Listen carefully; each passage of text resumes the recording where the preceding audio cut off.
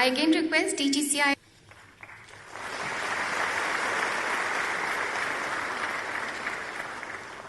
DGCISF is again requested to.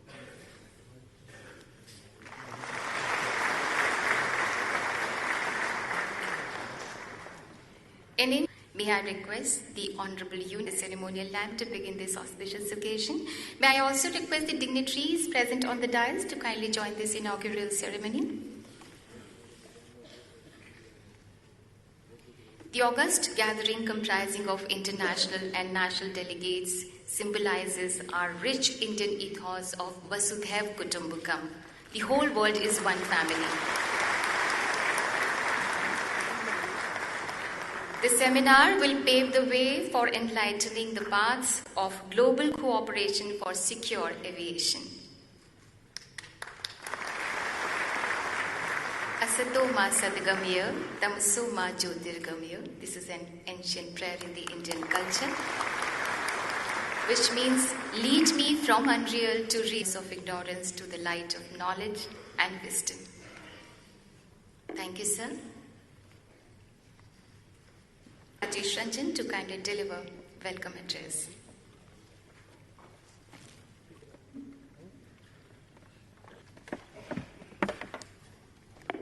Morning. Air Secure magazine is a publication by CISF officers serving at operators, airline operators and other stakeholders. Shri Rajnath Singh useful to the professionals within the CISF as well as to other stakeholders and the passengers.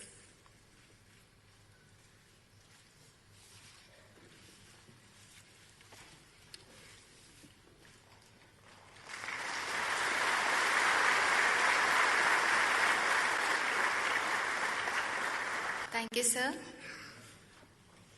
Today, sir, your esteemed presence has blessed the way forward.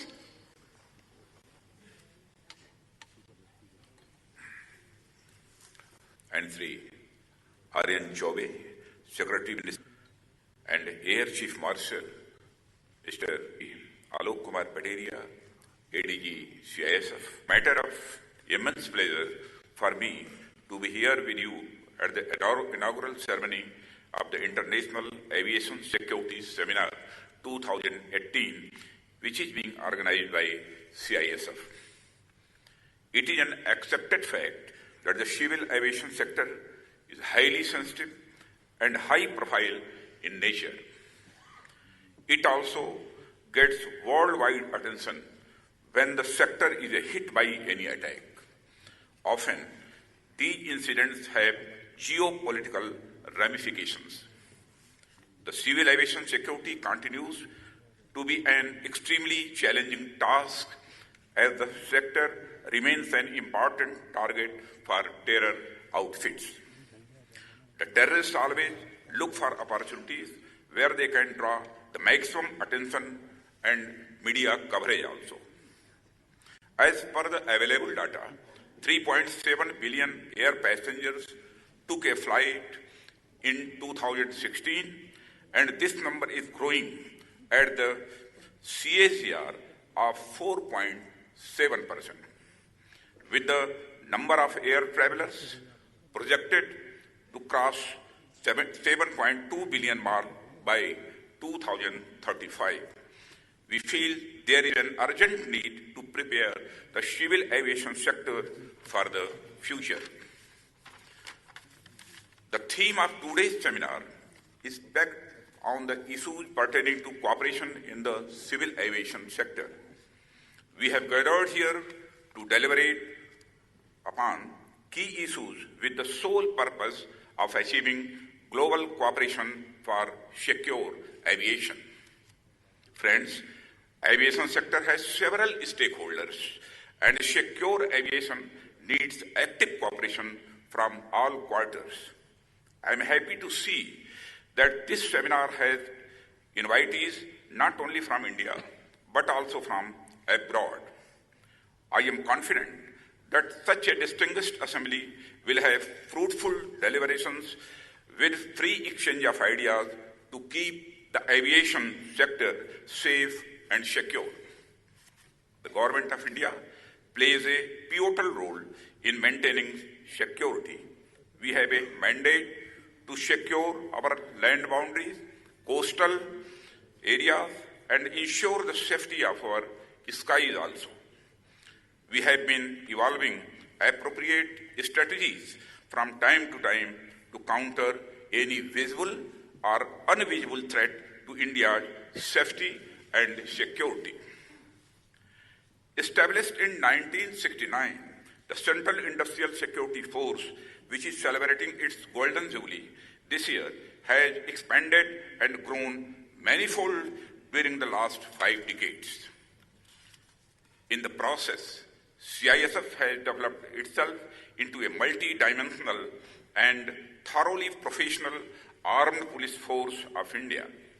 At present, CISF provides security cover to 344 critical infrastructure installations, including 60 airports in India. The CISF was entrusted with the responsibility of guarding the airports in 2000 after the Kandahar hijack incident, and Jaipur was the first airport entrusted to CISF. The CISF has offered its best to the aviation sector, and since its induction at airports, it has made untiring and sincere efforts for maintaining foolproof security.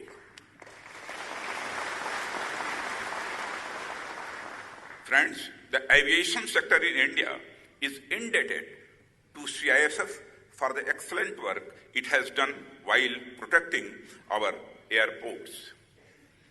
There are 40 other operational airports and heliports under regional connectivity scheme in India, which are guarded by airport security units carved out from the respective state police forces. The strength of any claim is determined by the strength of its smallest unit. Therefore, the security of these smaller airports should never be ignored. The Brussels and Istanbul airport attacks have shown the vulnerability of airports, especially from the city side, and it highlights new threats to aviation facilities. There have been several terror attacks on aviation sector till date. The most devastating September 11, 2001 attack in the United States shocked the world, as the terrorists used an aircraft as a missile and fuel as the explosive and caused massive loss of precious lives and property. Use of innovative methods to launch attacks on aviation sector are already in plenty. The case of shoe bomber in 2001, use of liquid explosives in London 2006, and the case of underwear bomber in Amsterdam 2009 clearly indicate that the terrorists are pushing the limits and even their underpants to hit the aviation sector. Each nation has its own airport security protocol. In addition to the international standards, India has stepped up its airport security with the induction of CISF after 1999 Kandahar hijacking. The tragedies of 9/11 and Kandahar hijacking have taught us many lessons. We have upgraded our anti-hijacking mechanism since 1999 by refining our strengths and rectifying our weaknesses. Keeping the threat of aircraft hijacking by terrorists, India has reviewed its legislation and preparedness towards such exigencies.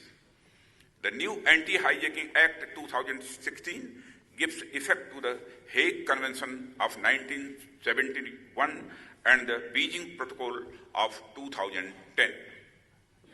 The new Anti-Hijacking Act is a testimony to our government's concern for expedient measures to be taken during hostile acts of seizure or exercise of control of aircraft which jeopardize the safety of persons and property. We have come up with adequate security infrastructure at the airports, which is commensurate with the increased number of air passengers. But there still are many challenges and vulnerabilities. Therefore, we need perspective planning, more international cooperation, and better coordination also. We should adhere to stricter implementation of internationally agreed guidelines and norms. Introduction of updated advanced technology in all airport processes would enhance our security capabilities.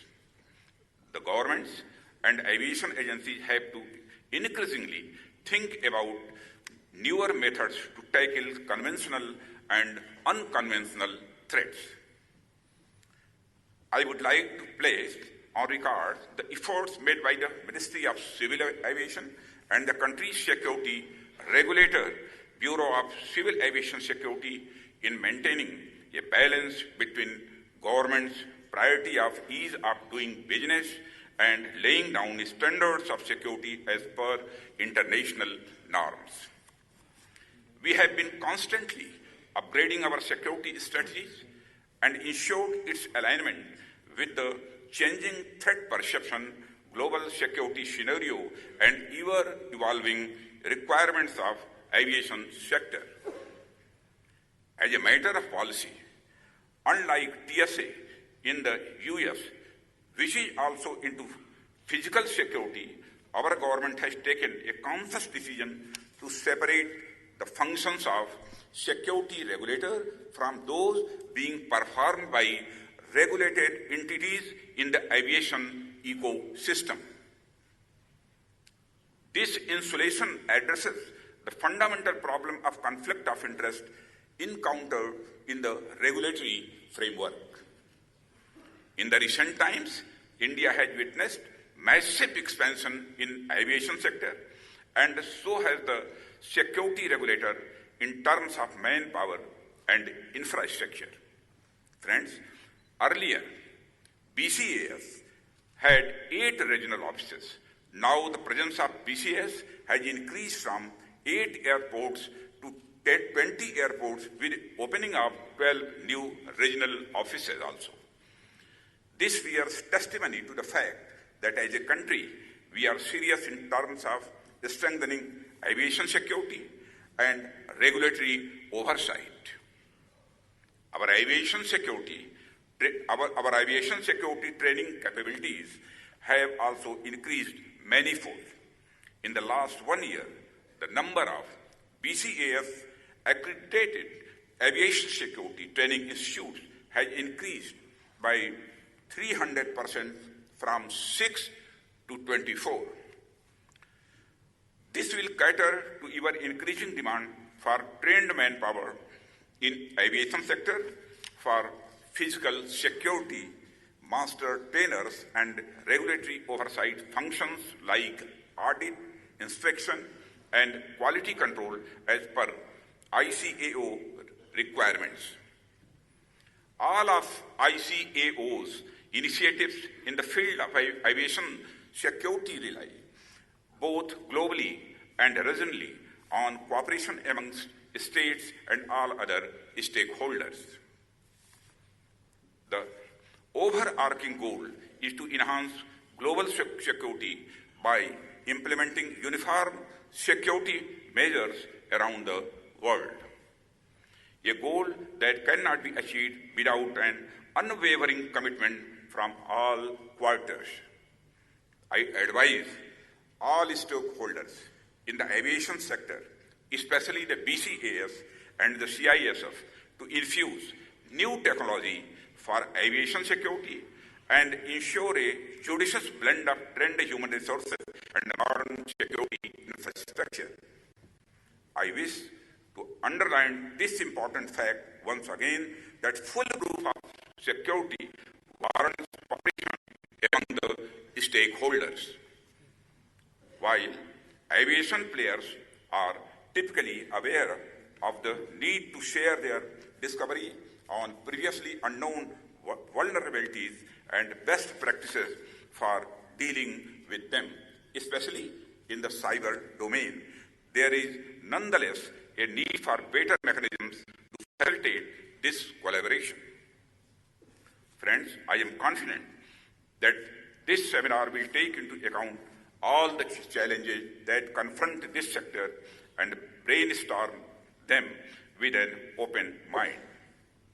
I hope that the seminar comes out with certain innovative, out-of-the-box recommendations during the deliberations. I once again congratulate Ministry of Civil Aviation, BCAS, and CISF for organizing the International Aviation Security Seminar 2018 and wish all the success for this event.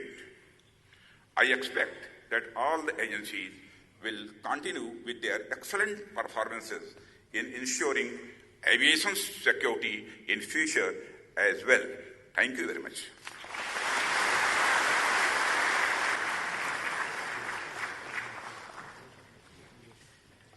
Thank you very much, sir. As a token of our immense respect, we want to present Rajnath Singh ji. May I request the Honorable Union Home Minister.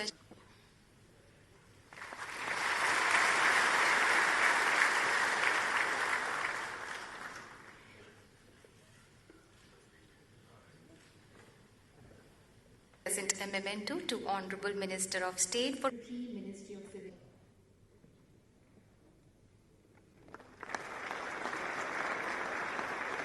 I now request ADG Airport Sector to propose vote of thanks.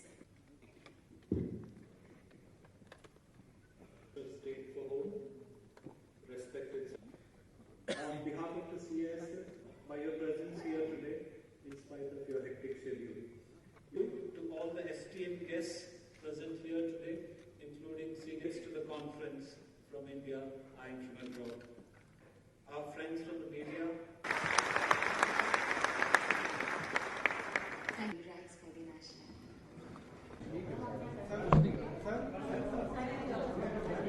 ये जो कार्यक्रम है गुजरात में कैसे देखें बिहारियों का पलायन हो रहा है उत्तर प्रदेश एक आह्वान के साथ छोड़ो भाई छोड़ो सर छोड़ो गुजरात में सर